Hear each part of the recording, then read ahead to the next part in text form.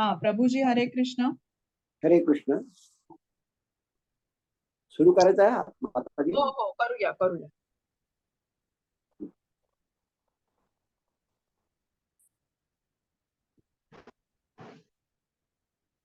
ओम श्री परमात्मने नमः. श्रीमद्भगवद्गीता अथ पंचदशोऽध्यायः. श्री भगवान् उवाच. ऊर्ध्वमूलमधः शाखम् अश्वत्थं प्राहुरव्ययम् छन्दांसि यस्य पर्णानि यस्तं वेद स वेदवित्. अदशूरध्वं प्रस्तुतास्तस्य शाखा गुणप्रवृद्धा विषयप्रवालाः. अदस्य मूलान्यनुसन्ततानि कर्मानुबन्धीन मनुष्यलोके. न रूपमस्येय ततोपलभ्यते नान्तो न चादिर्न च सम्प्रतिष्ठा. अश्वत्थमेनं सुविरूढमूलम् असङ्गशस्त्रेण दृढेन छित्त्वा ततः पदं तत्परिमार्गितं मे. यस्मिन् गता न निवर्तन्ति भूयः तमेव चाद्यं पुरुषं प्रपद्ये. यतः प्रवृत्ति प्रसृता पुराणी निर्माण मोहाजितसङ्गदोषा अध्यात्मनित्या विनिवृत्तकामा द्वन्द्वैर्विमुक्ता सुखदुःखसञ्ज्ञैर्गच्छन्तमूढः पदमव्ययन्तत्. न तद्भासयते सूर्यो न शशाङ्को न पावकः. यद्गत्वा न निवर्तन्ते तद्धाम परमं मम. ममैवांशो जीवलोके जीवभूतः सनातनः. मनःषष्ठानि इन्द्रियाणि प्रकृतिस्थानि कर्षति. शरीरं यदवाप्नोति यच्चाप्युत्क्रामतीश्वरः. गृहीत्वैतानि संयाति वायुर्गन्धानि वाशयन्. श्रोत्रेण चक्षुस्पर्शनेन च रसनं घ्राणमेव च. अधिष्ठाय मनश्चायं विषयानुपसेवते. उत्क्रामन्तस्थितं वापि भुञ्जानं वा गुणान्वितं. विमूढानां पश्यन्ति ज्ञानचक्षुषः. यतन्तो योगिनश्चैनं पश्यन्त्यात्मन्यवस्थितं. यतन्तोऽप्यकृतात्मानो नैनं पश्यन्त चेतसः. यदादित्यगतं तेजो जगद्भासयतेऽखिलं. यच्चन्द्रमसि यच्चाग्नौ तत्तेजो विद्धि मामकम्. गामाविश्य च भूतानि धारयाम्यहमोजसा. पुष्णामि चौषधिः सर्वाः सोमो भूत्वा रसात्मकः. अहं वैश्वानरो भूत्वा प्राणिनां देहमाश्रितः. प्राणापानसमायुक्तः पचाम्यन्ने चतुर्विधम्. सर्वस्य चाहं हृदि सन्निविष्टो मतस्मृतिज्ञानमपोहनं च. वेदैश्च सर्वैरहमेव वेद्यो वेदान्तकृद्वेदविदेव चाहं. द्वाविमौ पुरुषौ लोके क्षरश्चाक्षर एव च.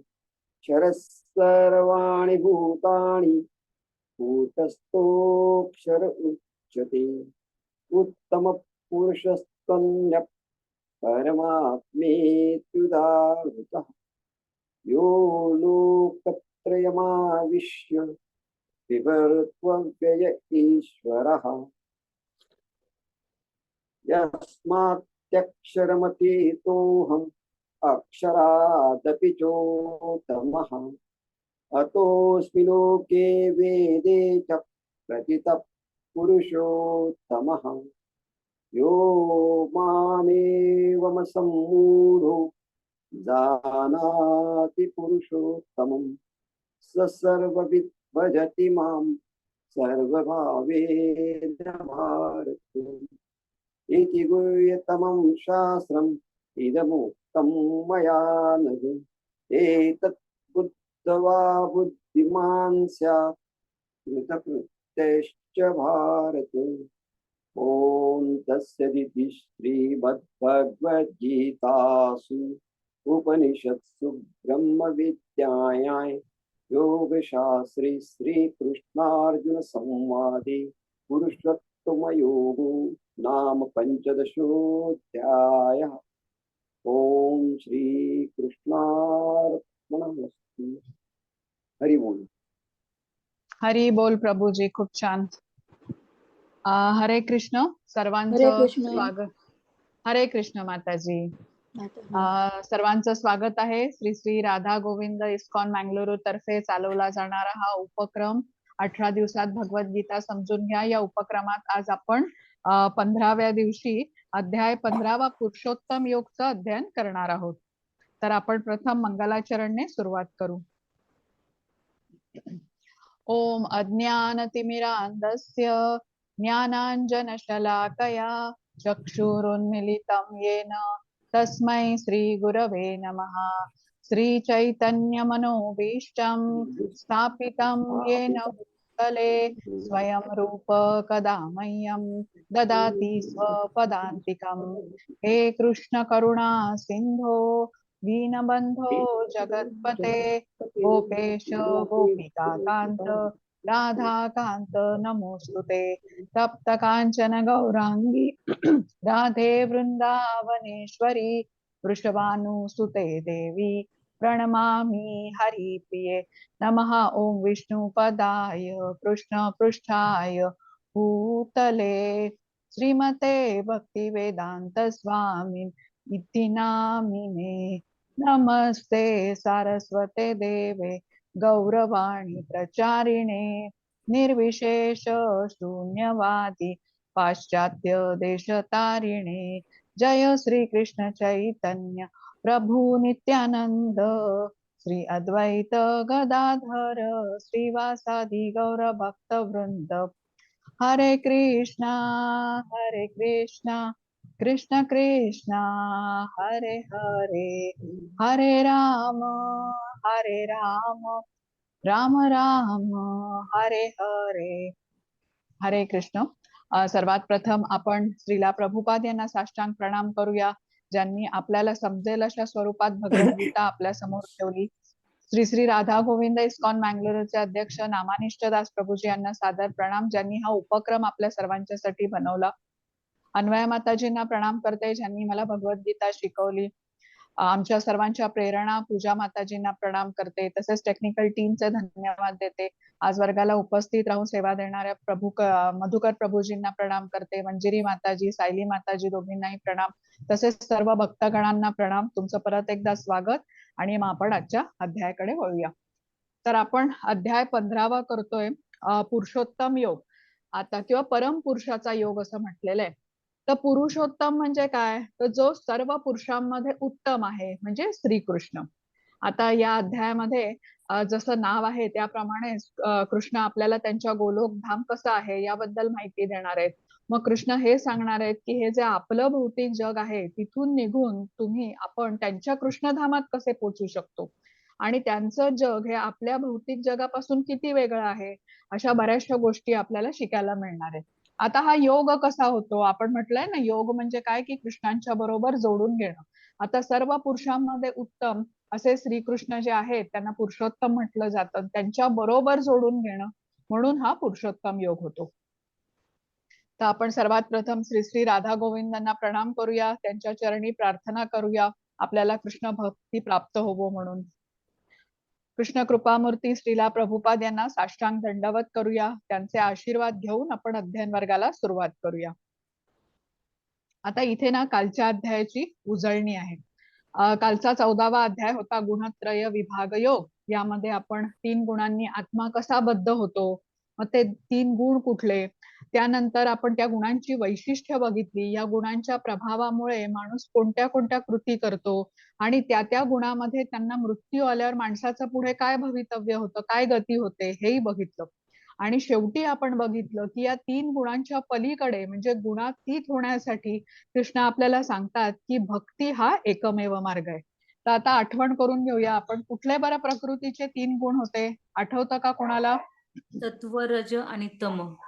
सत्व, रज आणि तम. आणि एक एक वैशिष्ट्य सांगाल का सगळ्या गुणांचं? सत्वगुण म्हणजे कसा? शुद्ध, पवित्र. हा बरोबर, शुद्ध, पवित्र, चांगुलपणाचा गुण. हा म्हणजे आपल्याला लक्षात येईल तो ज्ञानी असतो मनुष्य, बुद्धिमान असतो, पापकर्मांपासून वाचतो, हो ना, ज्ञानाने आणि सुखाने बद्ध असतो. आता रजोगुण म्हणजे काय वैशिष्ट्य सांगा बरं? म्हणजे खूप महत्वाकांक्षी व्यक्ती. हा, महत्वाकांक्षी व्यक्ती, कर्मफळाच्या मागे अत्याधिक आसक्त, हा म्हणून कर्म करण्यासाठी धडपड, त्यांचं फळ मिळावं याच्यासाठी खूप महत्प्रयास, मिळालं तर खूप आनंदी, नाही मिळालं तर दुःख पण होणार, क्रोध पण येणार. चालेल, आता पुढचं भौतिक सांगा. सुखाची आहे ना, भौतिक सुखाची इच्छा भौतिक धरण्याची. सुखाकडे अत्यंत अत्याधिक आसक्त. हा, स्त्री पुरुषांमधलं आकर्षण हे पण रजोगुणामुळेच आहे. आणि जेवढा आधुनिक समाज तेवढा रजोगुण त्याच्यामध्ये प्रबळ असतो, हेही आपण बघितलं होतं बघा. हा, आता तिसरा गुण कुठला बघितला होता? तमोगुण. तमोगुण म्हणजे काय? तमोगुणाची वैशिष्ट्य. आळशी मनुष्य, हा कायम बरोबर आहार, निद्रा याच्याबद्दलच विचार, बरोबर बरोबर. मूर्खपणाशी कारण काय? थांबलेला असतो. अज्ञान हे मूळ कारण त्याचं, हो ना. तमोगुण म्हणजे अज्ञान, आणि अज्ञानामुळे अंधकार, आणि त्यामुळे हे सगळं व्यसनाधीनता, निद्रा, आळस, हा हे आपण समजून घेतलं होतं. आता सत्वगुणामध्ये जो व्यक्ती मृत्यू पावतो तो पुढे कुठे जातो? साधू लोकात ना. उच्च लोकांमध्ये जाऊ शकतो, त्याला लोकात. स्वर्ग लोकाची प्राप्ती होऊ शकते. हा, पण स्वर्गलोक कसा आहे? तात्पुरता आहे, तो कृष्णधामामध्ये जात नाही. हा, लक्षात घेऊया आपण, स्वर्गलोकात जरी गेला तरी ते तात्पुरतं स्थान आहे. परत तो पृथ्वीवरती जन्म घेणार आणि परत त्याचा म्हणजे जन्म मृत्यू जरा व्याधीच्या चक्रामधून तो जाणार. मग आपण रजोगुणातला मनुष्य बघितला, त्याचा जन्म कुठे होतो? पृथ्वीलोक. पृथ्वीवर. पृथ्वी कारण लोकात. काय? त्याच्या असंख्य इच्छा असतात, हो ना, त्या पूर्ण करण्यासाठी परत शरीर धारण करतो, परत कर्म करतो, परत इच्छा ठेवतो, आणि ह्या चक्रामध्ये तो वारंवार जात राहतो. आणि तमोगुणातल्या व्यक्तीचा पुढे काय होतं? तर तो प्राण्यांचं शरीर घेतो, निम्न योनीमध्ये जन्म घेतो. आता आपण आजच्या अध्यायाकडे वळूया. आजच्या अध्यायामध्ये ना कृष्ण आपल्याला त्यांच्या धामाविषयी सांगणार आहेत. त्यासाठी भौतिकामधून अलिप्त कसं व्हायचं याबद्दल पण कृष्ण आपल्याला ज्ञान देते. मग आत्म्याचं स्थलांतर कसं होतं याबद्दल पण आपण जाणून घेऊया. आणि या अध्यायातल्या 3 श्लोक जे आहेत 13, 14 आणि 15 यांना ना त्रिश्लोकी गीता असं म्हटलं जातं. जसं आपण 10व्या अध्यायामध्ये चतुर्श्लोकी गीता बघितली होती, तसंच या अध्यायामध्ये त्रिश्लोकी गीता पण आहे. आणि वेदांत सूत्रांचा सारांश काय आहे याबद्दल पण आपल्याला कृष्ण ज्ञान देणार आहेत. आता आपण वाचूया पहिला श्लोक प्रभूजी, आणि मग मंजिरी माताजी अनुवाद. हो हो चालेल. हरे कृष्ण. श्री भगवान वाच ऊर्ध्वमूलमधशाखम् अश्वत्थं प्राहुरव्ययम् छन्दांसि यस्य पर्णानि यस्तं वेद स वेदवित्. हरे कृष्ण. हरे कृष्ण. श्री भगवान म्हणाले, असा एक शाश्वत वटवृक्ष आहे ज्याचे मूळ वर आहे आणि शाखा खाली आहे आणि पाने वैदिक मंत्र आहेत. जो या वृक्षाला जाणतो तो वेदांना जाणतो. हरे कृष्ण. हरे कृष्ण. आता इथे ना चित्रामध्ये एक वृक्ष दाखवलाय, त्याबद्दल आपण जरा समजून घेऊया. असा एक वृक्ष आहे ज्याबद्दल कृष्ण बोलतायत की ज्याची मुळं वरती आणि शाखा खाली आहेत. आता आपल्यापैकी कोणी असा उलटा वृक्ष बघितलाय का? शक्यता नाहीये. ज्याची मुळं वर आणि फांद्या खाली आहेत. आता हे नक्की काय आहे बरं? तर हे काय आहे? आध्यात्मिक जगाचं प्रतिबिंब आहे. आता जे आध्यात्मिक जगात असतं ना, तेच भौतिक जगात पण असतं. पण आध्यात्मिक जगात ती शुद्ध स्वरूपात असतं आणि तीच गोष्ट या भौतिक जगामध्ये अशुद्ध स्वरूपात किंवा विकारयुक्त स्वरूपात असते. आता आध्यात्मिक जगाचं आपण प्रतिबिंब म्हटलं. म्हणजे प्रत्यक्षात हा वृक्ष असा असत नाही, की ज्याचं मूळ वरती आहे आणि शाखा खाली आहेत. पण एखाद्या आता तळ्याच्या काठी आपण गेलो आणि आंब्याच्या वृक्षाचं प्रतिबिंब आपण त्या तळ्यामध्ये पाहिलं, तर ते आपल्याला असंच दिसेल. आणि त्या प्रतिबिंबाला जर का आपण खरं मानलं ना, तर पाण्यात जाऊन आपण आंबे तोडायला जाऊ मग. हां, पण ते आपल्याला मिळतील का आंबे? नाही मिळणार. आता खरे आंबे या तळ्याकाठी असलेल्या वृक्षावरती लागलेले आहेत. त्याचप्रमाणे भौतिक जगातली जी सुखं आहेत ना, ती त्या तळ्यातल्या प्रतिबिंबात फळ शोधण्यासारखं आहे. म्हणजे आता एखाद्याला भूक लागली असेल आणि समोर त्या पाण्यामध्ये त्याला प्रतिबिंब दिसतंय, त्यातले अगदी छान रसाळ आंबे बघून त्याच्या तोंडाला पाणी सुटलं आणि तो पाण्यात उतरला, पण तरी शेवटी त्याच्या वाट्याला दुःखच येणार आहे. तसंच भौतिक जगातली ही जी सुखं आहेत ना, ही सुरुवातीला हवी-हवीशी वाटतात. पण भौतिक जगातली सुखं ही कशी आहेत? क्षणिक आहेत, तात्पुरती आहेत आणि ती म्हणजे काय जास्त आपल्याला आनंद देणारी नाहीयेत. पण हे असं असलं ना, तरी कुठेतरी मात्र शाश्वत सुख आहेत, खरी सुख पण आहेत. ती कुठे आहेत बरं? तर कृष्ण सांगतायत ही त्यांच्या आध्यात्मिक जगात आहेत, गोलोकामध्ये आहेत. आता या श्लोकाच्या ह्याच्यामध्ये आपल्याला अर्थामध्ये आपल्याला सांगितलंय, या वृक्षाचं वर्णन आहे. त्याच्यामध्ये म्हटलंय जी वृक्षाची पानं आहेत ना, ते वैदिक मंत्रांसारखं आहे. बघा आता झाडाची पानं बघून आपण ओळखू शकतो ना, हे कुठला वृक्ष आहे हा. तसंच या वेदांच्या द्वारे आपण जाणू शकतो, की या भौतिक जगातून आपण बाहेर कसं पडायचं. हे भौतिक जग या पाण्यात दिसणाऱ्या प्रतिबिंबामध्ये आंबे शोधण्यासारखं आहे असं आपण म्हटलं. मग आपण इथे सुख शोधत राहतो. इथे नाही मिळालं म्हणून तिथे बघूया, तिथे बघूया, पण आपल्या हाताला काही सुख लागत नाही. तर भौतिक जग हे आध्यात्मिक जगाचं अगदी इन्व्हर्टेड म्हणजे उलटं चित्र आहे. आध्यात्मिक जगामध्ये जे उच्च मानलं जातं ना, ते इकडे भौतिक जगामध्ये एकदम नीच म्हणजे निम्न पातळीला असतं. आपण उदाहरण बघूया प्रेमाचं. आता आध्यात्मिक जगामध्ये कसं शुद्ध प्रेम असतं बघा. पण भौतिक जगामध्ये तेच काम किंवा वासना म्हणजे इंद्रिय तृप्तीच्या आधारावरती असतं. आध्यात्मिक जगामध्ये सर्वजण कसे असतात तर कृष्णांचा विचार करतात, त्यांच्या सेवेमध्ये मग्न असतात आणि भौतिक जगामध्ये कसं आहे सर्वजण स्वतःचा विचार करत असतात. आपली इंद्रिय तृप्ती कशी करता येईल याचाच सदैव विचार करत असतात. आता हे ना प्रतिबिंब आहे. म्हणजे हा उलटा वृक्ष आपण कसा बघू शकतो? केवळ प्रतिबिंब असलेलाच बघू शकतो. आणि या वृक्षाचा विस्तार कसा आहे तर म्हटलं जातं खूप विस्तार आहे ह्याचा, खूप पसरलेला विस्तार आहे. या वृक्षाला आदी नाही, मध्य नाही, अंत नाही आणि या भौतिक जगामध्ये आपण जेवढे घुसू तेवढे त्याच्यामध्ये अधिकाधिक अडकले जाऊ. म्हणजे जेवढी आपली आसक्ती जास्त तेवढे या भौतिक जगामध्ये आपण गुरफटले जाऊ. एका शाखेवरून दुसऱ्या शाखेवर असेच अडकून पडू. आता या स्लाइडमध्ये तुम्हाला जो दिसतोय ना वृक्ष ज्याची मुळं वरती आहेत आणि शाखा खाली आहेत, हे प्रतिबिंब बघायला एक माध्यम लागतं ना आपल्याला जसं की आरसा लागतो किंवा पाणी लागतो. तर चित्रामध्ये ना जी वरती तुम्हाला नदी दिसतीये ना ती डिझायरची नदी आहे म्हणजे इच्छांची नदी असं म्हटलेलं आहे. त्याच्यात हे दिसलेलं आपल्याला प्रतिबिंब आहे. आता प्रतिबिंब किंवा भौतिक जग हे अस्तित्वात का आहे बरं? कारण आपल्या असंख्य इच्छा आहेत. इच्छाच नसतील तर आपलं शरीर असेल का? नाही. लक्षात घेऊया इथे आपल्या इच्छा आहेत ना म्हणूनच आपण हे शरीर धारण केलंय. कोणाचीच इच्छा नसेल तर आपण सर्व ह्या वेळेला गोलोकामध्ये असू. तर हे इच्छा आहेत म्हणून आपलं शरीर आहे. आता या वृक्षाबद्दल अधिक जाणून घेण्यासाठी वृक्षाच्या मुळाकडे बघूया. तर आपल्या सर्वांची उत्पत्ती किंवा सृष्टीची उत्पत्ती कोणामुळे झालेली आहे? कोणी निर्माण केली आहे सृष्टी? तर ब्रह्मदेवांपासून निर्माण झालेली आहे. म्हणून या वृक्षाचं मूळ कोण आहे? तिथे ब्रह्मदेव आहेत. वृक्षासाठी उपयुक्त गोष्टी मूळ शोषून घेतं ना आणि पोषण होतं त्या वृक्षाचं. तसंच प्रकृतीचे जे 3 गुण आहेत ना सत्व, रज आणि तमगुण हे या झाडाचं वृक्षाचं पोषण करतात आणि त्यामुळे हा अतिशय पसरतो, अतिशय विस्तृत असा होतो हा वृक्ष. आणि वासना बघा कधीच संपत नाहीत, इच्छा कधीच संपत नाही. त्यामुळे हा वृक्ष वाढतच जातो आणि ह्याला आदी, मध्य, अंत नाही असं म्हटलं जातं. आता झाडाची जी पानं आहेत त्यांची तुलना मी तुम्हाला सांगितली वैदिक मंत्रांबरोबर केली जाते. आता या वेदांचा एक भाग आहे बघा कर्मकांड. जशी आता ह्या वृक्षांची पानं सर्व झाडाच्यासाठी अन्न तयार करतात आणि झाडाला अगदी टवटवीत ठेवतात, त्याचप्रमाणे कर्मकांडामध्ये जी केलेली कर्म असतात ती करून आपल्याला उच्च ग्रहांची प्राप्ती होऊ शकते. पण तरी आपण भौतिकातच राहतो, कारण उच्च ग्रह हा शेवटी भौतिक जगाचाच भाग आहे. म्हणजे आपली कुठून कुठे होणार, आपण पृथ्वी ते उच्च ग्रह, उच्च ग्रह ते परत पृथ्वी, असाच आपला प्रवास सुरू जातो. भौतिकातच आपण अडकून पडतो. भौतिकातून सुटका आपली होत नाही. आता ज्याप्रमाणे ह्या वृक्षाची पानं झाडाला अन्न पुरवतात, अजून मोठं करतात किंवा वृक्षाचं पोषण करतात, तसंच कर्मकांडाने आपण अधिकाधिक भौतिकामध्येच गुरफटून पडतो, अडकून पडतो. या वृक्षाची फळं म्हणजे काय सांगितलेलं आहे, तर अर्थ, धर्म, काम आणि मोक्ष. झाडाच्या डहाळ्या, वृक्षाच्या डहाळ्या म्हणजे इंद्रियांचे विषय असं म्हटलंय. म्हणजे या वृक्षाच्या फांद्या आपण जर का बघितल्या तर ते मूळ कुठे आहे, ब्रह्मदेव दाखवलेत बघा. आणि वरच्या फांद्या ज्या आहेत त्या उच्च लोक म्हणजे स्वर्गलोक, जनलोक, महरलोक इत्यादी.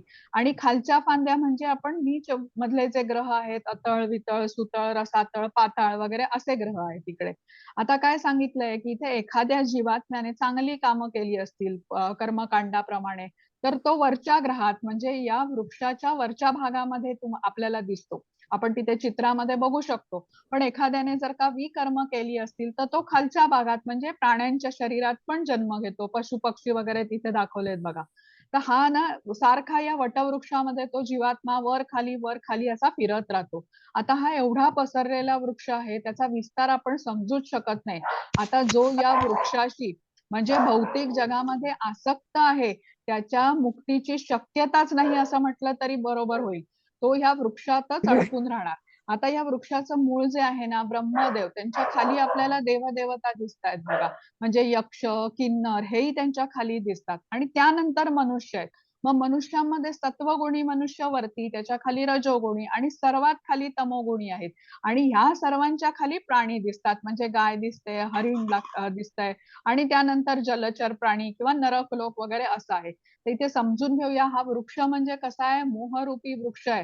ह्याच्या आपली आसक्ती जी आहे ना, भौतिकाकडची आसक्ती, त्यामुळे मोहवृक्ष या मोहरूपी वृक्षामध्ये आपण अडकून राहतो किंवा फसून राहतो. आणि पतन झाल्यावर अधिकाधिक निम्न स्तरावरती जन्म घेत राहतो आणि कृष्णांच्या पासून दूर जात राहतो. आपण पुढचं चित्र बघूया, त्याने आपल्याला ते अधिक क्लिअर होईल. आता बघा इथे ना खाली हा वृक्ष पसरलेला दाखवलेला आहे आणि वरती कृष्णांचं आध्यात्मिक जग आहे. आणि आपल्या आणि ह्या भौतिक वृक्षाच्या आणि कृष्णांच्या आध्यात्मिक जगाच्या मध्ये काय आहे, इच्छांची नदी आहे. त्याच्यामध्ये पडलेलं हे प्रतिबिंब आहे. आता हे काय म्हटलं आपण, हा वृक्ष कसा आहे, या वृक्षामध्ये आपण अडकून पडलेलो आणि कशामुळे अडकून पडलोय, आपल्या इच्छा आहेत, भौतिकाकडे आसक्ती आहे. त्यामुळे आपण वृक्षाच्या ह्या फांदीवरून त्या फांदीवरती किंवा वर किंवा खाली असंच फिरत राहतो.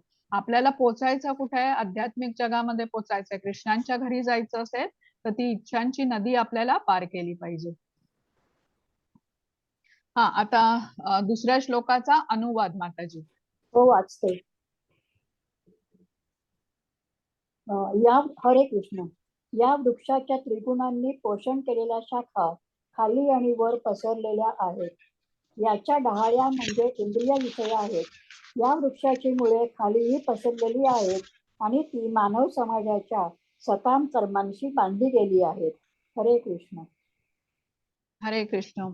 आता इथे आपण बघितलं की जे आध्यात्मिक जग आहे, जे आपल्याला आता आधी दाखवलं होतं ना, तर त्या चित्रामध्ये ह्याच्यामध्ये बघा की कृष्ण कसे आहेत, राधेच्या बरोबर आहेत आणि त्यांचे जे शुद्ध भक्त असतात ना, तेही कृष्णांच्या धामामध्ये वास करत असतात. हे आध्यात्मिक जग आहे. आणि आपलं जग, भौतिक जग, हे आध्यात्मिक जगाची विकृत प्रतिकृती असं म्हटलेलं आहे.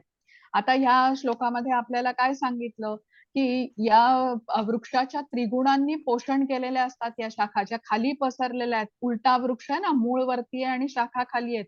तर प्रकृतीचे 3 गुण आहेत ना, हे ह्याचं पोषण करतात. आता आपण अधिक जाणून घेऊ ह्याच्याबद्दल. तिसरा श्लोक आणि चौथ्या श्लोकाचा अनुवाद माताजी. हो, वाचते. हरे कृष्ण. या वृक्षाचे वास्तविक रूप या जगतात अनुभवता येत नाही. त्याचा आदी अंत आधार कोणीही जाणू शकत नाही.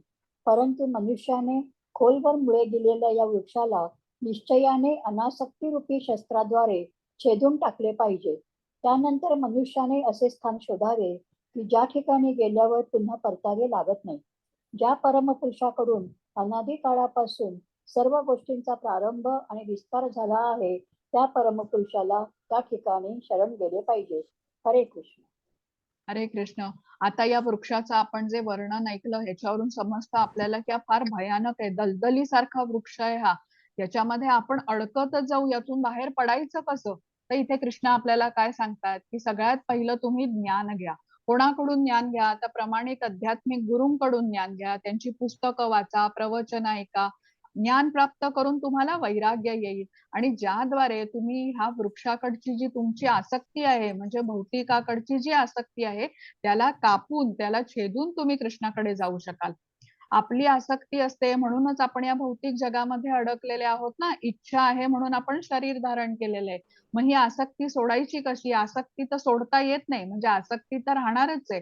मग कृष्ण काय सांगतात? मयासक्त मना पार्थ. म्हणजे काय? अर्जुनाला सांगितलं होतं बघा त्यांनी की ही आसक्ती तू भौतिकाकडून आता माझ्याकडे वळव. म्हणजे भौतिकातली आसक्ती आपल्याला दूर करून हळूहळू आता कृष्णांवरती आणायची आहे. हे त्याचा मार्ग आहे आणि त्याच्यासाठी आपल्याला काय करायला सांगतात? श्रवणम, कीर्तनम, स्मरणम. जितक्या अधिक प्रमाणात आपण करू, जेवढ्या प्रकारे आपण कृष्णांचं स्मरण करू शकू, तेवढं आपण कृष्णांकडे जात राहणार आणि भौतिकापासून दूर होत राहणार. आपण एका बादलीचं उदाहरण बघितलं होतं बघा. ती बादली जर का स्वच्छ पाण्याने भरलेली असेल तर त्याच्यामध्ये अस्वच्छता घालायला किंवा अस्वच्छ पाणी घालायला जागाच उरणार नाही.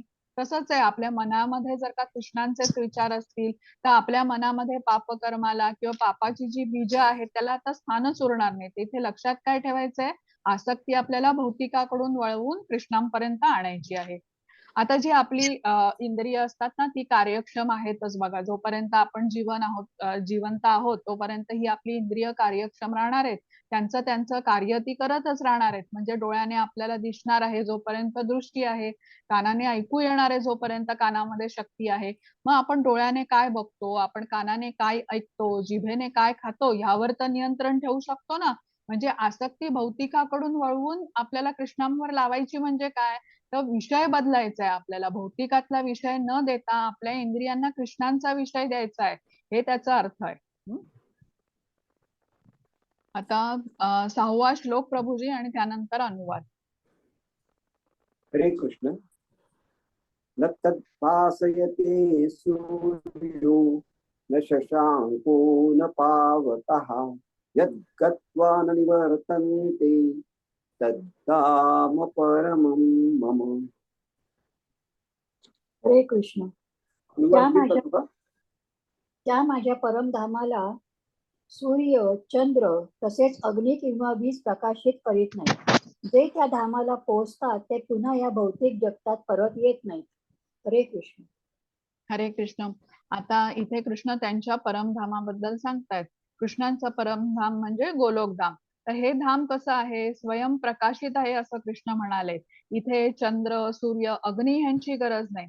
आपलं भौतिक जग कसं आहे? अंधकारमय आहे आणि अज्ञानाच्या अंधकारात बुडालेला आहे आणि त्यामुळे जीव कसा आहे? प्रकृतीचा स्वामी बनलेला आहे आणि प्रकृतीवरती स्वामित्व गाजवत असताना, उपभोग घेत असताना तो कर्मबंधनामध्ये अडकतोय. पण कृष्ण आपल्याला जेव्हा आता त्यांच्या धामाबद्दल सांगतात तिथे यायला सांगतायत.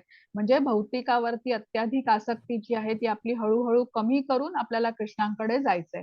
आता ज्यांची भौतिकावरती अत्याधिक आसक्ती असते पण लोक ज्ञान प्राप्त करतात, भावनेचा स्वीकार करतात, ते वैराग्याने निरासक्त होऊ शकतात. त्यासाठी भक्तांचा संग आवश्यक असतो. तर श्रीला प्रभुपाद आपल्याला इथे श्लोकाच्या तात्पर्यामध्ये सांगतायत की भक्तांचा संग आणि भक्तिपूर्ण सेवा हा एकमेव मार्ग आहे भौतिक जगाविषयी आसक्ती तोडण्याचा. आता 12व्या अध्यायामध्ये बघा कृष्णांनी भक्तियोग आपल्याला शिकवला की भक्ती हा एकमेव मार्ग आहे ज्याद्वारे आपण कृष्णांना जाणू शकतो असं म्हणतात. आणि कृष्ण इथेही परत तीच गोष्ट आपल्याला सांगतात. आता कृष्णांच्या परमधामामध्ये आपण गेलो, गोलोकधामामध्ये गेलो की आता जन्म मृत्यूच्या चक्रातून आपली सुटका होणार आहे. कारण कृष्णांचं हे धाम कसं आहे? शाश्वत असं आहे, सुखमय असं आहे आणि तिथे कुठलीही दुःख नाहीयेत. आपली एकमेव इच्छा तिथे काय असते? आपण कृष्णांच्या सेवेमध्ये असतो. आता हे स्वयंप्रकाशित आहे असं धाम म्हटलेलं आहे कृष्णांचं. कारण का? स्वतः कृष्ण तिथे आहेत. आपण म्हटलं ना ब्रह्मज्योतीचा जो प्रकाश आहे तो कशामुळे येतो? कृष्णांच्या तेजामुळे आलेला हा प्रकाश येतो. जिथे कृष्ण आहेत तर ते सर्व त्यांचा गोलोक धाम तर प्रकाशित करतातच, पण पूर्ण ब्रह्मांडाला पण प्रकाशित करतात. आता सुख, दुःख, मान, प्रतिष्ठा, अपमान वगैरे असं तिथे त्यांच्या ह्याच्या धामामध्ये काहीच नाहीये. हे सगळं भौतिक जगामध्ये आढळतं. तिथे काय मिळतात? चिंतामणी प्राप्त होतात, कल्पवृक्ष असतात, सुरभी गाय असतात, सहस्त्र लक्ष्मी कृष्णांच्या सेवेमध्ये असतात. तर असं सुंदर असं वर्णन ना ब्रह्मदेवांनी ब्रह्मसंहिता नावा त्यांच्या पुस्तकामध्ये केलेलं आहे, ज्याच्यामधून आपण हा संदर्भ घेतलेला आहे. आता आपण जीवात्मा कसे आहोत? आध्यात्मिक जगाचं जे विकृत प्रतिबिंब आहे ना, अशा भौतिक जगामध्ये अडकलेलो आहोत. पण आपलं कसं झालंय, जसा मासा आहे बघा, तो पाण्याच्या बाहेर जगू शकणार नाही. तसंच जीवात्मा हा आला कोणापासून आहे? परमेश्वरापासून आलेला आहे. त्यामुळे त्यांच्यापासून दूर राहून तो आनंदी राहू शकणार नाही. आता झाडाच्या फांदीचं उदाहरण घेऊया. झाडाची फांदी आपण कापली तर ती झाडापासून वेगळी झाल्यामुळे काही काळ हिरवी राहते, पण नंतर ती सुकू लागते. तसंच आहे, जीवात्मा हा परमेश्वरापासून सच्चिदानंद स्वरूपाचा अंशच आहे कृष्णांपासून आल्यामुळे. तर त्यामुळे त्यांच्यापासून दूर राहून तो सुखी राहू शकत नाही.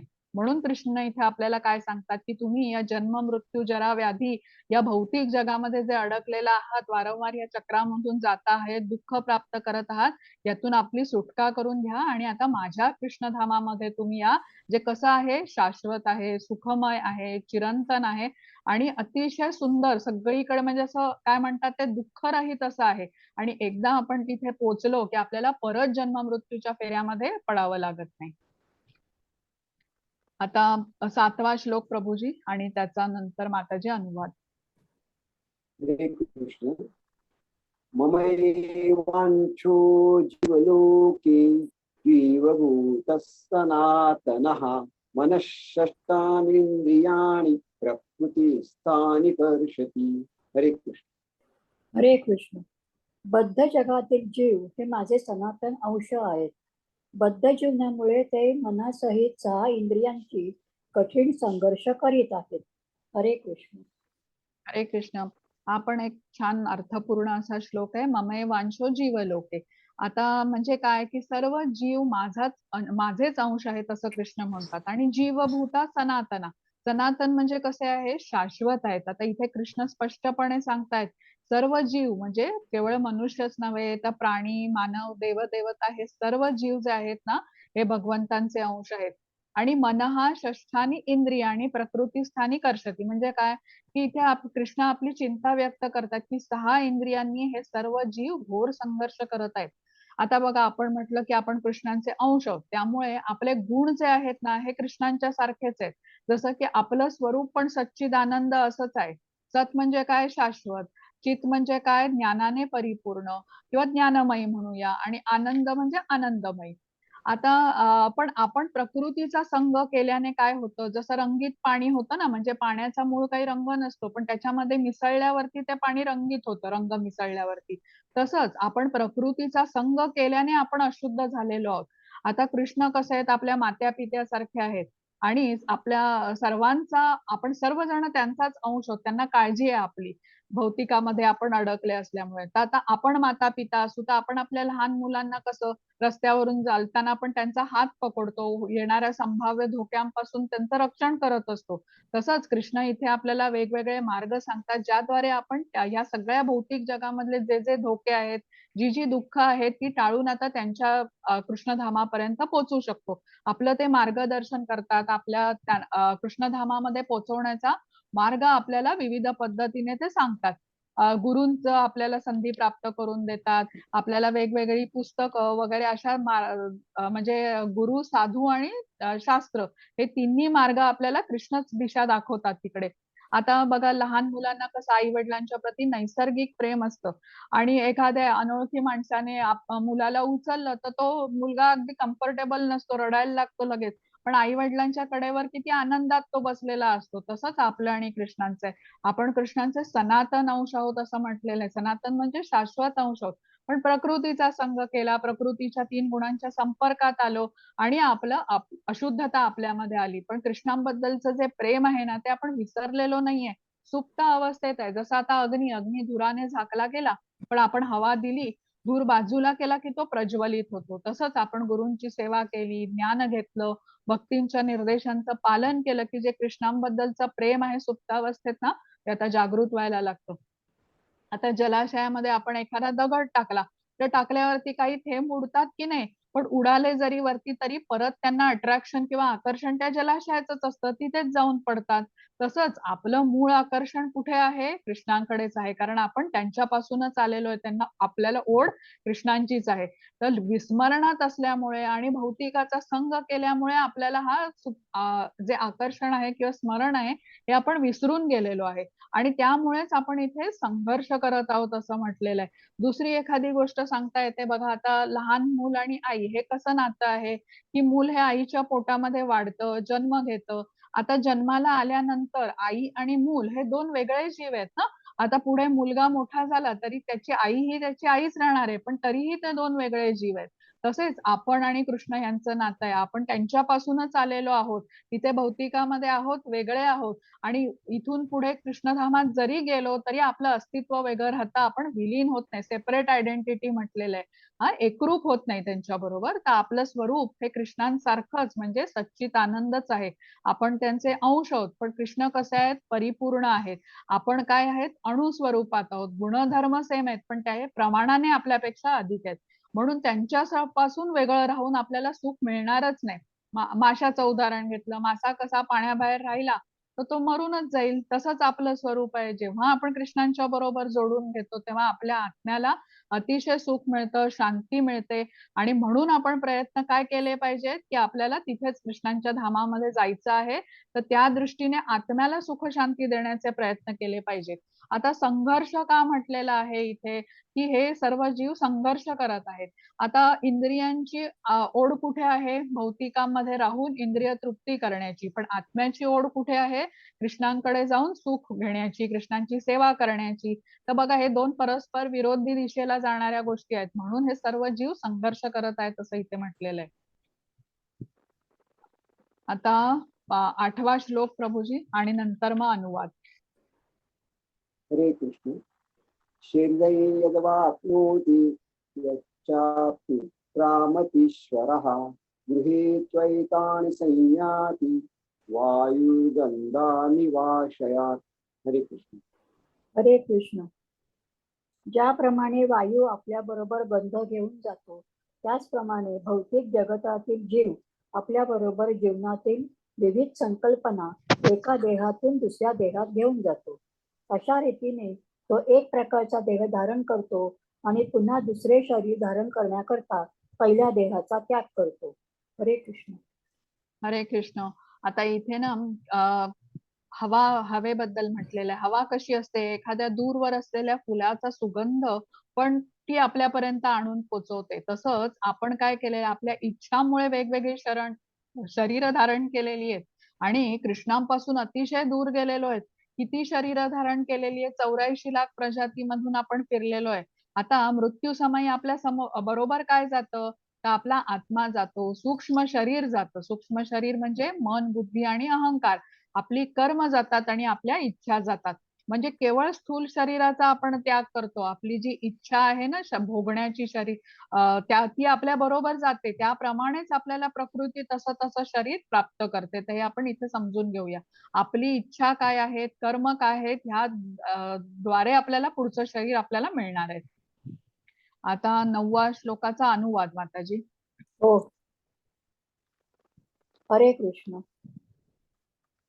अशा प्रकारे जीव दुसरे स्थूल शरीर धारण करून मनाशी केंद्रित झालेली कान, नेत्र, जिव्हा, नाक आणि स्पर्श इत्यादी विशिष्ट प्रकारची इंद्रिये प्राप्त करतो. अशा रीतीने तो एका विशिष्ट प्रकारच्या इंद्रिय विषय समूहाचा उपभोग घेतो. हरे कृष्ण.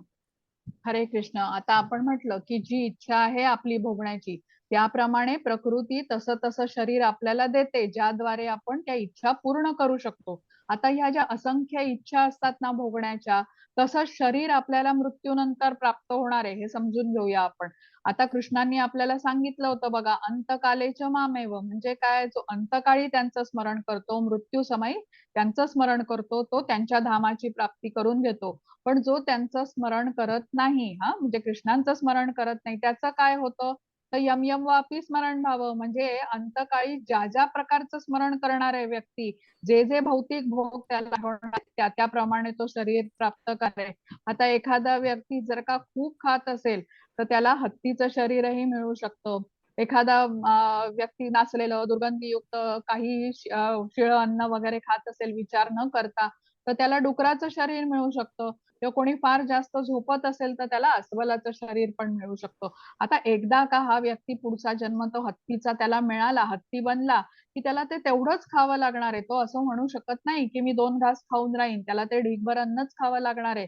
किंवा आता तो डुकराचं शरीर ज्याला मिळेल तो म्हणूच शकणार नाही की मला मलमूत्र खायचं नाही, त्याला तेच खावं लागणार आहे. किंवा आता अस्वलाचा जन्म मिळाला तर तो आपल्यासारखं थोडा वेळ नाही झोपू शकणार. त्या पोलर बेअर असतात 6-6 महिने झोपतात बघा, त्याला तसंच वागावं लागणार. म्हणजे जशा आता आपल्या इच्छा आहेत आणि केलेली कर्म आहेत त्याप्रमाणे आपण निर्धारित करत असतो, आपण ठरवत असतो की आपल्याला पुढचं शरीर कुठलं मिळणार आहे. आता 10वा श्लोक प्रभूजी आणि नंतर माताजी अनुवाद. हरे कृष्ण.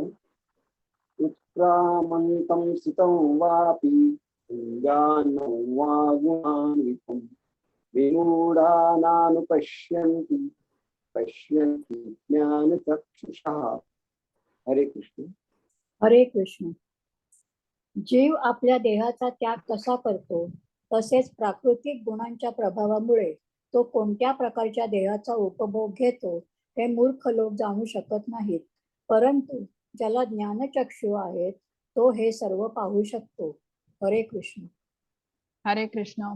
आता आपल्या जीव आपल्या वर्तमान देहाचा त्याग कसा करतो, पुढील जन्मी त्याला कुठला देह प्राप्त होतो, किंवा आज म्हणजे ह्या जन्मात तो ह्या देहामध्ये का आहे, हे सर्व माणूस ज्ञानाच्या शिवाय जाणू शकत नाही असं आपल्याला सांगितलंय. ज्ञान चक्षुषु असा शब्द आलेला आहे, हा महत्वाचा आहे. आध्यात्मिक गुरूंकडून जेव्हा आपण भगवद्गीता शिकून घेतो, इतर शास्त्रांचा सखोल अभ्यास करतो, तेव्हा आपल्याला हे ज्ञान प्राप्त होतो. आता ज्याला हे ज्ञान प्राप्त झालं तर त्याला गोष्टींना जशा आहेत तशा म्हणजे यथार्थ स्वरूपात समजतात, त्याला भाग्यवान म्हटलं पाहिजे. आता प्रत्येक जीव कसा आहे, एका विशिष्ट स्थितीमध्ये आहे, प्राकृतिक गुणांच्या वर्चस्वाखाली आहे आणि विशिष्ट परिस्थितीत राहून तो उपभोग घेतो आहे. तर हे का आहे, याचं कारण त्याचं ज्ञान आहे आणि त्याची कर्म आणि इच्छा आहे, त्यामुळे तो तसा आहे. आणि ह्याचं जाणीव आपल्याला ही कशामुळे होते, तर ज्ञानामुळे होते. आता इंद्रिय तृप्तीसाठी केलेल्या गोष्टींमुळे तो सुख दुःख भोगतो, प्रत्येक जीवात्मा भोगतो. तरीही काम आणि वासना मात्र सदैव त्याच्यामध्ये असतात. आता काहींना या गोष्टीचं आकलनच नसतं, म्हणजे ज्ञानच नसतं त्यांना. पण ज्यांनी आता आध्यात्मिक ज्ञान घेतलं, आता आपण भगवद्गीतेचं ज्ञान श्रीला प्रभुपादांकडून घेतलं, तेव्हा आपण समजू शकलो की आत्मा हा शरीरापासून वेगळा आहे आणि जीव कसा आहे, प्रकृतीने बद्ध झाल्यामुळे या संसारामध्ये दुःख भोगत आहे. हे ज्ञानी मनुष्यच जाणू शकतो. जे नास्तिक असतात, जे इंद्रिय तृप्तीमध्ये लिप्त असतात, ते हे जाणू शकत नाही. आता इथे बघा, नेहमीच्या आपल्या जीवनातलं उदाहरण घ्यायचं तर आपली गाडी बंद पडली, आपण अगदी ते बॉनेट उघडलं आणि बघितलं, आपल्याला काही समजणार नाही की नक्की गाडी का बंद पडली. पण आपण मेकॅनिकला कॉल करून बोलवतो, तो आल्यावर पटकन कारण शोधतो गाडी का बंद पडली ते. म्हणून इथे कृष्ण आपल्याला काय सांगतात की आपल्याला गुरु, साधू, शास्त्र यांच्या आधाराशिवाय या मार्गावरती आपण प्रगती करू शकणार नाही.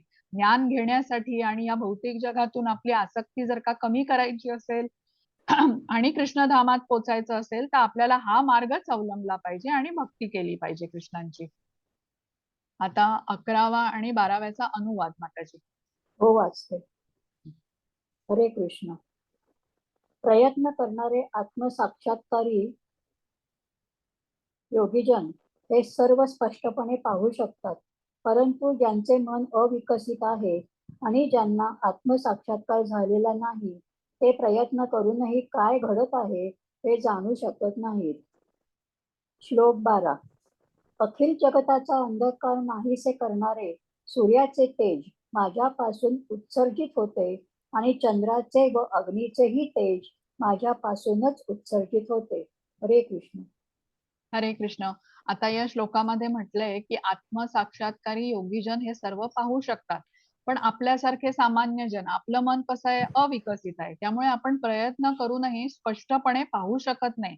आता जे आध्यात्मिक मार्गावरती प्रगती करू इच्छितात, त्यांनी गुरूंकडून ज्ञान प्राप्त केलं पाहिजे आणि ते प्राप्त झालं की मनुष्य सर्व स्पष्टपणे पाहू शकतो आणि समजू पण शकतो. आता इथे या श्लोकामध्ये ना कृष्ण आपलं कसं पालन करतात, पालन पोषण करतात हे आपल्याला समजणार आहे. आता याआधी आपण 7व्या अध्यायामध्ये बघितलं होतं बघा, की कृष्ण सांगतात चंद्र आणि सूर्य यांचा प्रकाश ते आहेत. आता सूर्याचं महत्व आपल्याला काही सांगायला नको. सूर्याच्या उदयाबरोबर आपल्या सर्व सजीवांच्या क्रियाकर्मांना चालना मिळते बघा. पक्षी, प्राणी, मानव सर्व कार्यशील होतात. सूर्य उगवला की म्हणजे थंडीच्या दिवसामध्ये, थंड प्रदेशामध्ये सूर्याची उष्मा किती हवीशी वाटते. आणि सर्व झाडं सूर्यप्रकाशामध्ये आपलं अन्न तयार करतात. आता तसंच आपण बघा मानव कसे अन्न शिजवताना अग्नीचा वापर करतो किंवा अग्नीचा वापर करून अनेक कारखाने चालतात. तसंच चंद्राचा शीतल प्रकाश हा आपल्याला सर्वांना आवडतो आणि इथे आपल्याला अजून असंही समजतं की चंद्राच्या ह्या प्रकाशामध्ये ना वनस्पतींचं पोषण होतं असंही कृष्णांनी आपल्याला या श्लोकामध्ये सांगितलंय. तर चंद्र, सूर्य आणि अग्नी यांचा प्रकाश हे कृष्णांपासूनच आलेलं आहे हे आपण जाणून घेतलं पाहिजे. आणि चंद्र, सूर्य, अग्नी ह्याशिवाय आपण जगू शकणार नाही. ही कृष्णांची कृपाच आहे. हे प्राप्त झाल्यामुळे आपण सर्व मानव किंवा सजीव जिवंत आहोत. आता इथे आपल्याला पुढे अजून चांगलं समजणार आहे. आता 13वा श्लोक माताजी सॉरी प्रभूजी आणि नंतर त्याचा अनुवाद. 13 श्लोक म्हणायचे का माताजी? हा श्लोक म्हणायचा आहे 13वा. हरे कृष्ण. गामाविश्यत भूतानि धारयाम्यहमोजसा पुष्णामि चौषधिः सर्वाः सोमो भूत्वा रसात्मकः. हरे कृष्ण. हरे कृष्ण. मी प्रत्येक ग्रहलोकात प्रवेश करतो आणि माझ्या शक्तीद्वारे ते आपल्या कक्षेत स्थित राहतात. मी चंद्र होऊन सर्व वनस्पतींना जीवन रसांचा पुरवठा करतो. हरे कृष्ण. हरे कृष्ण. आता या श्लोकामध्ये आपल्याला समजतं बघा कृष्ण कसे कसे वेगवेगळ्या प्रकारे नियंत्रण करत असतात प्रकृतीचं. ते म्हणतात कृष्ण इथे की मी एका सर्वात सूक्ष्म अणुपासून प्रचंड अशा ग्रहामध्ये कृष्ण प्रवेश करतात आणि त्यांनी प्रवेश केल्यानेच त्यांचं कार्य व्यवस्थितपणे चालतं. आता हे ग्रह कसे आहेत, अति प्रचंड असे आहेत, वजनाने किती जास्त आहेत ते आणि आपल्याला माहिती आहे ते एका विशिष्ट कक्षेमध्ये तरंगत असतात. आपली कक्षा सोडून कधी दुसऱ्या ग्रहाच्या कक्षेत जाऊन ते आदळले असं आपण कधी ऐकत नाही. तर ही कृष्णांची शक्ती आहे. कृष्णांच्या शक्तीद्वारेच ते असं भ्रमण करत असतात आणि अगदी सुरळीतपणे हे चाललेलं असतं. आता कोणी म्हणेल की हे सर्व ग्रह गुरुत्वाकर्षणामुळे म्हणजे ग्रॅव्हिटीमुळे तसं करतात हे आम्ही शिकलोय. आपण सायन्सचे विद्यार्थी असाल तर माहिती आहे आपल्याला न्यूटनचा लॉ आहे ग्रॅव्हिटीचा. तर आता हा लॉ आहे म्हणजे हा एक नियम आहे. तो कोणीतरी तो बनवला असेल ना. म्हणजे जसं आता बुद्धिबळ आहे, बुद्धिबळाचे नियम असतात. कोणीतरी ते बनवले असतात. तसंच आपल्या जे सृष्टीचे नियम आहेत ना, ते नियम कृष्ण म्हणतात ते बनवणारा मी आहे. आता आपल्या सूर्यमंडळात बघा किती ग्रह आहेत. एका विशिष्ट वेगाने, विशिष्ट कक्षेने ते भ्रमण करत असतात. अगदी आपल्या पृथ्वीचं उदाहरण घेऊ शकतो आपण. पृथ्वीचं भ्रमणाने दिवस-रात्र, ऋतुचक्र आपण सगळं होतं. ही आपली पृथ्वी एका विशिष्ट कक्षेत विशिष्ट गतीने भ्रमण करत असते. त्याच्यामध्ये जरासा इकडचं तिकडे झालं तर किती बदल घडून येतील आणि हे सर्व वर्षानुवर्ष सुरळीतपणे चालू आहे. कोण नियमन करतंय? तर कृष्ण म्हणतात मी करतोय. अजून इथे काय सांगितलंय की कृष्णांच्या शक्तीमुळेच चंद्र सर्व वनस्पतींचं पोषण करतो. आता चंद्रामुळेच या वनस्पती कशा होतात? रसभरीत होतात. प्रत्येक भाजीला, प्रत्येक फळाला एक विशिष्ट चव असते ना, ती या चंद्रप्रकाशामुळे असते असं आपल्याला आता ह्या श्लोकामध्ये समजतंय बघा. म्हणजे किती परिपूर्ण अशी योजना आहे बघा कृष्णांची आणि अत्यंत सुरळीतपणे चालू आहे ही रचना किंवा यंत्रणा नियमित केली जाते असं आपण म्हणूया. आता मानव निर्मित एखादी गोष्ट घेऊया आपण यान पाठवतो अवकाशामध्ये ना, तर त्यावेळेला ते करण्यासाठी स्पेस स्टेशन आपल्याला चालू ठेवावं लागतं. किती खर्च येतो त्याला? हजारो शास्त्रज्ञ त्याच्या मागे दिवस-रात्र काम करत असतात. तेव्हा जाऊन आपण कुठे अंतराळामध्ये यान पाठवतो आणि त्या आपल्या कामगिरीवरती किती खुश असतो. किंवा आता फुटबॉल खेळणारे तुम्ही काही फुटबॉलपटूचे फोटो वगैरे येतात बघा आपल्या हाताच्या बोटावरती ते फुटबॉल फिरवतात म्हणजे बॅलन्स करतात हा. त्यानेही ते आपल्या कौशल्यावरती म्हणजे खुश असतात. आता इथे बघा कृष्ण ब्रह्मांडातील सर्वच्या सर्व गोष्टी एकटेच ते नियंत्रित करत आहेत. ग्रह, तारे यांचं भ्रमण, चंद्र, सूर्य ह्यांचा प्रकाश, किती विविध गोष्टी आहेत. आणि आपल्याला म्हणजे बघा छोट्या कामगिरीचाच आपल्याला केवढा असा गर्व असतो आणि आपण त्याचं केवढं मोठं असं करून दाखवतो ना, प्रदर्शन करतो. आणि इथे आपल्याला कृष्णांची शक्ती आपल्याला समजून येते, ताकद समजून येते. आपण म्हणतो ना, अनंत कोटी ब्रह्मांडांचे नाहीत आणि हे आपण एका ब्रह्मांडाबद्दल बघतोय. अशी किती ब्रह्मांड आहेत आणि किती त्यांचं नियंत्रण आहे आणि सगळं अखंडित सुरळीतपणे चालू आहे. हे खूप महत्वाचं आहे. आता पुढच्या श्लोकात आपण अजून बघूया. 14वा श्लोक प्रभूजी आणि त्याचा अनुवाद. कृष्ण हं वैश्वानरो भूत्वा प्राणिनां देहमाश्रितः प्राणापानसमायुक्त पचाम्यन्ने चतुर्विधम्. हरे कृष्ण. हरे कृष्ण. सर्व प्राणी मात्रांच्या देहामधील जठराग्नी मी आहे आणि 4 प्रकारच्या अन्नाचे पचन करण्याकरता मी प्राण व अपान वायूशी संयोग साधतो. हरे कृष्ण. हरे कृष्ण. आता इथे कृष्ण सांगतायत की तुमच्या देहामधील जठराग्नी मी आहे. म्हणजे तुम्ही जे काही खाता ते पचवण्याची शक्ती मी देतो. ही शक्ती पचन शक्ती म्हणजेच जठराग्नी. आता आपल्याला माहिती असतं बघा, कित्येकांची पचन क्रिया बरोबर नसते, तेव्हा जठराग्नी मंद आहे वगैरे असं म्हटलं जातं किंवा जठराग्नीचं तेज कमी आहे. जठराग्नी जर का व्यवस्थित काम करत नसेल, कार्य करत नसेल, तर अशा व्यक्तीला उपचाराची गरज असते. आणि ज्याचा जठराग्नी मंद आहे त्यांना भूक पण कमी लागते. तर ही जी शक्ती आहे ना, जठराग्नी पचन शक्ती, ही कृष्णांची शक्ती आहे. आणि त्यामुळेच आपण विविध प्रकारचं अन्न पचवू शकतो. आता लक्षात घेऊया की ही शक्तीच नसेल तर आपण अन्न खाणारच नाही, भूकच लागणार नाही आपल्याला. तर आधीच्या श्लोकात आपण काय बघितलं, तर चंद्रप्रकाश कसं वनस्पतींचं पोषण करतो. म्हणजे कृष्णांच्या या शक्तीमुळे अन्नाची निर्मिती होते. फळं, भाजीपाला जे आपण खाऊन भोजनाचा स्वाद मिळतो ना, हे आपल्याला विशिष्ट चव मिळते आपल्याला, ही कृष्णांची शक्ती आहे. आणि आता आपण बघतोय की अन्नाचं जे पचन होतं ना, तेही कृष्णांची शक्ती आहे. म्हणजे केवळ कृष्णांच्या कृपेमुळेच आपण या भौतिक जगामध्ये जिवंत आहोत, सुखी समाधी राहतो, हे आपण लक्षात घेऊया. आता इथे ना 4 प्रकारच्या अन्नांबद्दलचा उल्लेख आहे. 4 प्रकारची अन्न कुठली? तर चावून खाणारं अन्न असतात. म्हणजे जसं चपाती आहे, भाजी आहे, भात आहे.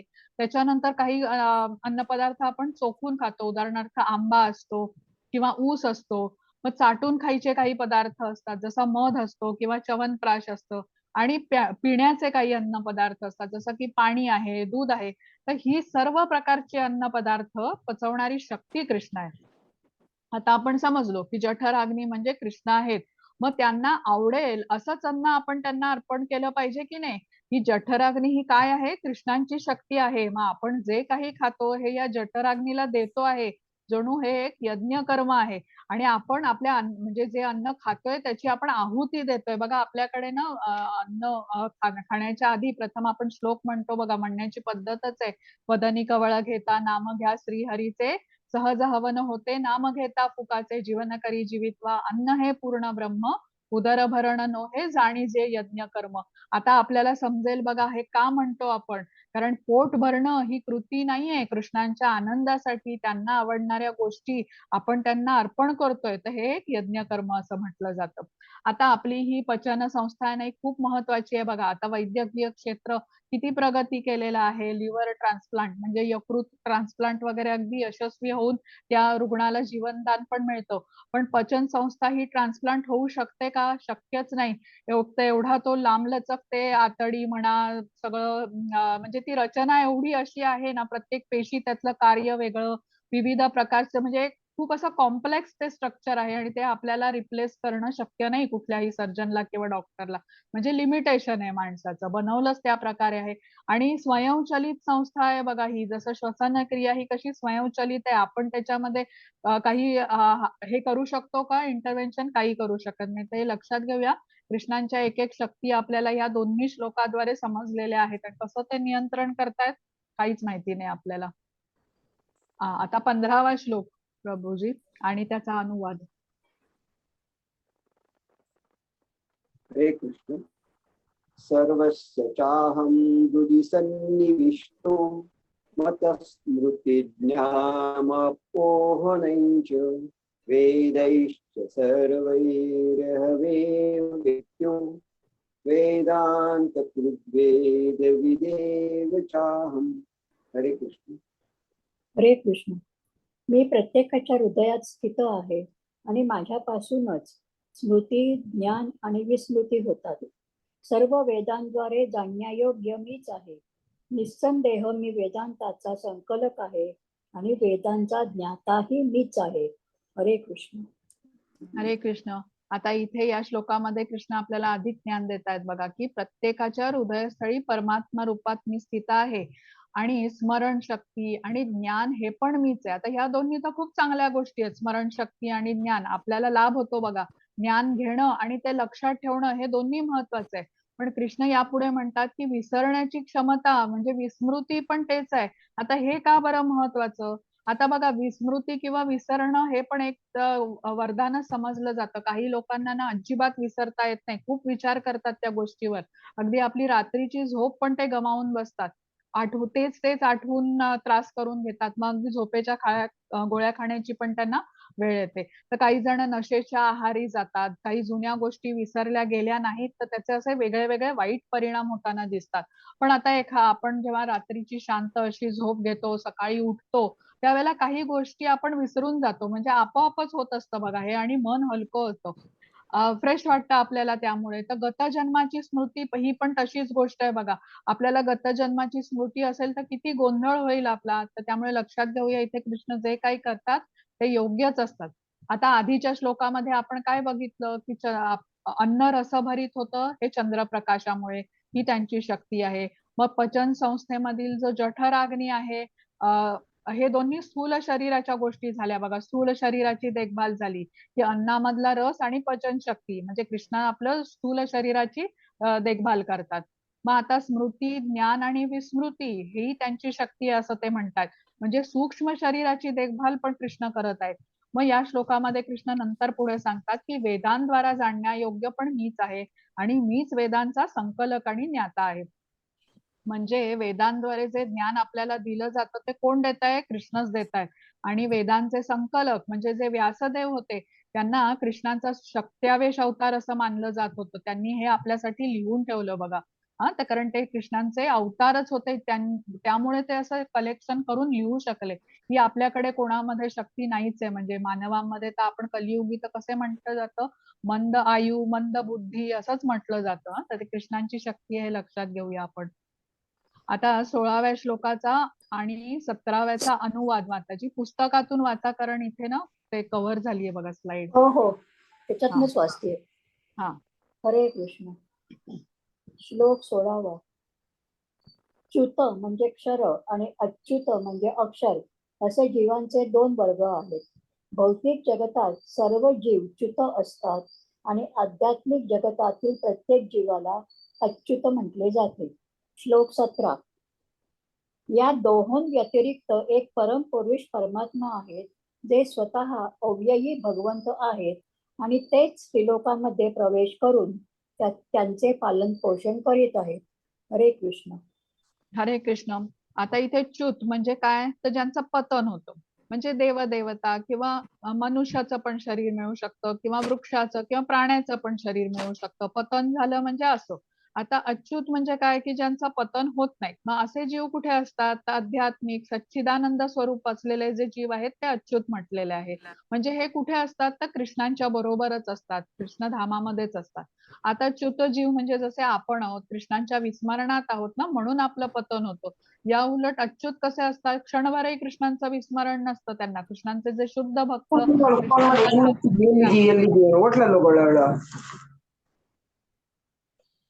जरा आपल्या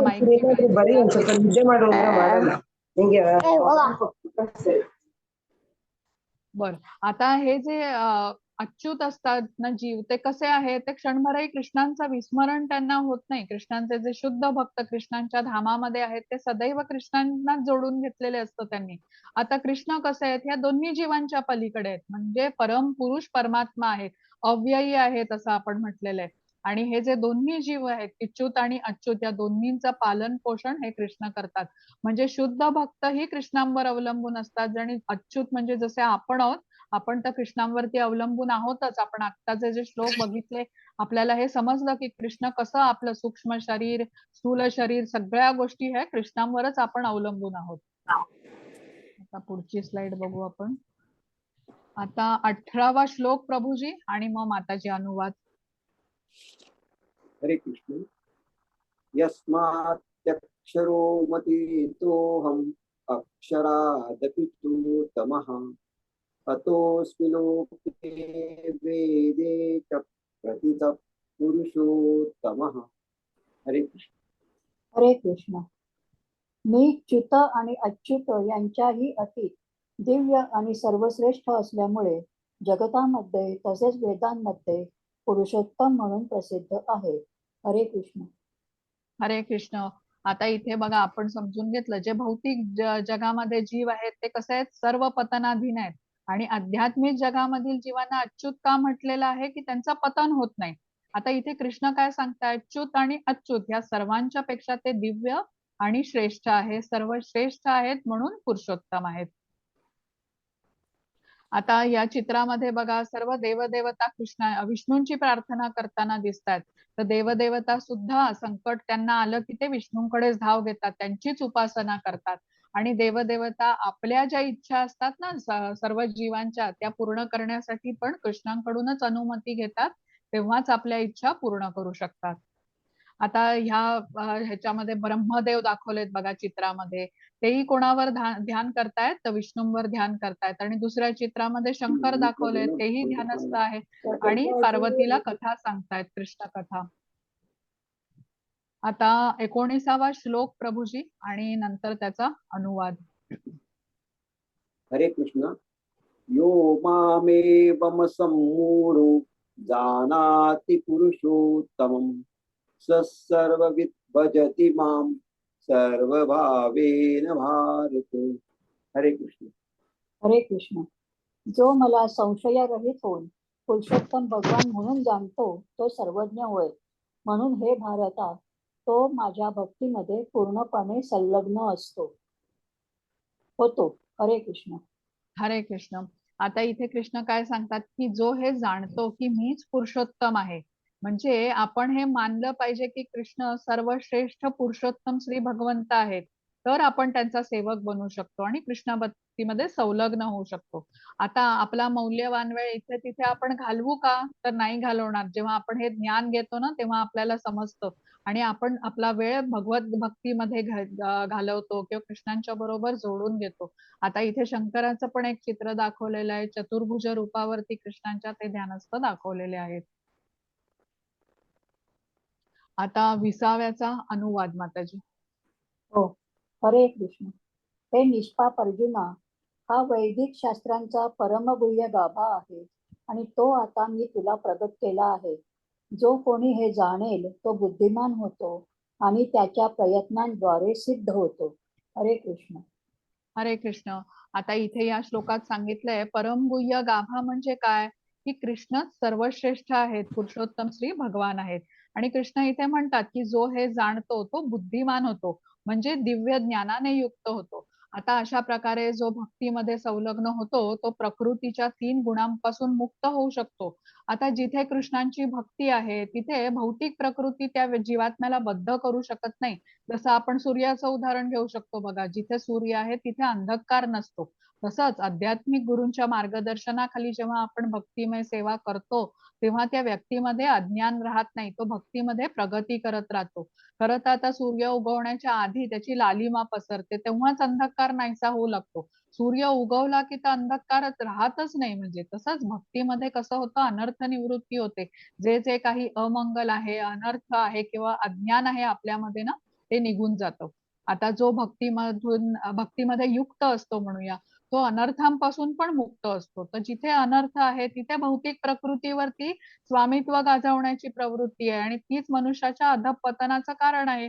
कारण अशी प्रवृत्ती वाढली की तो व्यक्ती कसा करतो, पदार्थांचा संग्रह करू लागतो, प्रकृतीच्या बरोबर अधिक आसक्त होतो. या उलट शुद्ध भक्त इतर भक्तांच्या संगतीमध्ये गुरूंकडून ज्ञान प्राप्त करून